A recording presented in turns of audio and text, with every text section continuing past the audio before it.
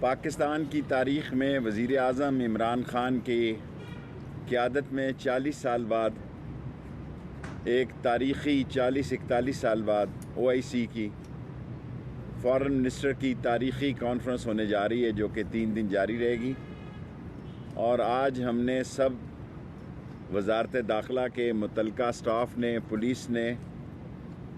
CDA نے، تمام forces نے مل کر یہ فیصلہ کیا ہے کہ ایک ہم ٹیلی فون جو ہے وہ بند نہیں کر رہے، کیونکہ بہت سارے جو میڈیا سینٹرز کے لوگ آ رہے ہیں، ان کی ہمیں یہ ریکویسٹ تھی کہ فون بند ہونے سے ہمیں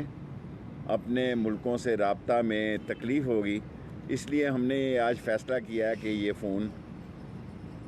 تینوں دن بند نہیں ہوں گے۔ اور سیکنڈلی، ہفتہ اور سوموار کو لوکل ہالیڈے ہوگی۔ منڈے کی بھی ہم لوکل ہالیڈے اناؤنس کی ہے، لیکن سیکریٹریٹ کا فیصلہ، کیونکہ اب یہ کیبنٹ ڈویژن میں شفٹ ہو چکا ہے، یہ انہوں نے فیصلہ کرنا ہے، یہ وہ فیصلہ کریں گے۔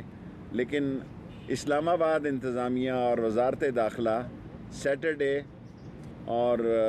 منڈے کو لوکل ہالیڈے ڈکلیئر کرتی ہے۔ کیبنٹ ڈویژن کسی وقت بھی منڈے کی چھٹی کا فیصلہ کرنے کی پوزیشن میں ہو سکتی ہے، کیونکہ اب سیکریٹریٹ جو ہے اس کا فیصلہ ان کے پاس شفٹ ہو چکا ہے۔ باقی ہم تمام ادارے کوآرڈینیٹ کر رہے ہیں، تمام ادارے جس میں پاک فوج شامل ہے، سول آرمڈ فورسز شامل ہیں، اسلام آباد راولپنڈی کی پولیس شامل ہے، اور تمام ایجنسیز شامل ہیں۔ انشاءاللہ تعالی اپنے مہمانوں کا ہم خاص الخاص خیال رکھیں گے، اور ہماری پوری کوشش ہوگی کہ ان کی خدمت میں اور ان کی سیکیورٹی میں کوئی کسی قسم کی کسر نہ رہی جائے۔ اور پرائم منسٹر بھی آف کورس اس OIC کی تاریخی کانفرنس سے خطاب کریں گے، اور OIC کے 57 ممالک کے ڈیلیگیشن اور فارن منسٹر جو ہیں اس میں پارٹیسپیٹ کرنے آ رہے ہیں۔ اور جو افغانستان کی اس وقت جو